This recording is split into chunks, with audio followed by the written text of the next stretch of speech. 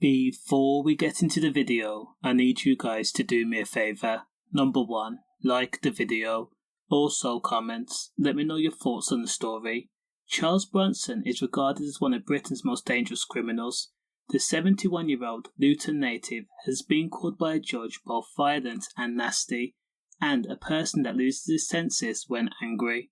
Charles Bronson was first jailed for robbery in 1974, where he was sentenced to 7 years. A longer sentence was imposed when Charles put hands and feet on prisoners and prison guards. Now, he was also a bare-knuckle boxer, making a name for himself in East London, and then he was jailed again for another robbery. Charles has spent time in a lot of different prisons, like Rampton, Ashworth and Broadmoor, and also Woodhill. Now, it was said while Charles was serving his sentence, during confrontations, Charles Bronson would take inmates by force, hold them against the wall during heated arguments with prison guards. Now, this muddled antics resulted in a life sentence for Charles. People cannot believe that Charles has been in jail for over 30 years. Now, whether you are an office worker or work in retail or are a criminal, Charles Bronson's name has been respected by the most notorious of gangsters throughout British history, dating back to the 1970s.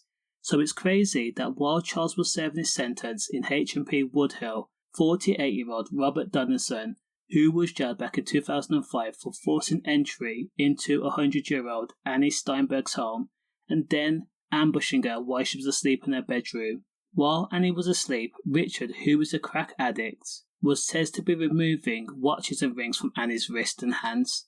Now, the people in the house were then ambushed also.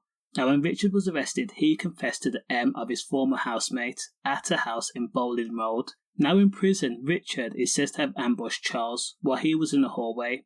He then raised his hands, brought him into fist, and then charged at Charles Bronson. Charles countered immediately with 2 hooks and an uppercut that caused a gash to his head and caused Richard to stumble backwards. Richard Dondalson is what you would call bat-ish crazy. While in jail, he swiped at the inmate's neck with a blade, making contact with the jugular. Now, Richard was also said to have singled out people in the older age bracket as weak and defenceless, and thought that he could topple Charles Bronson, but ended up in a bad way. Hopefully, this will not affect Charles Bronson's parole.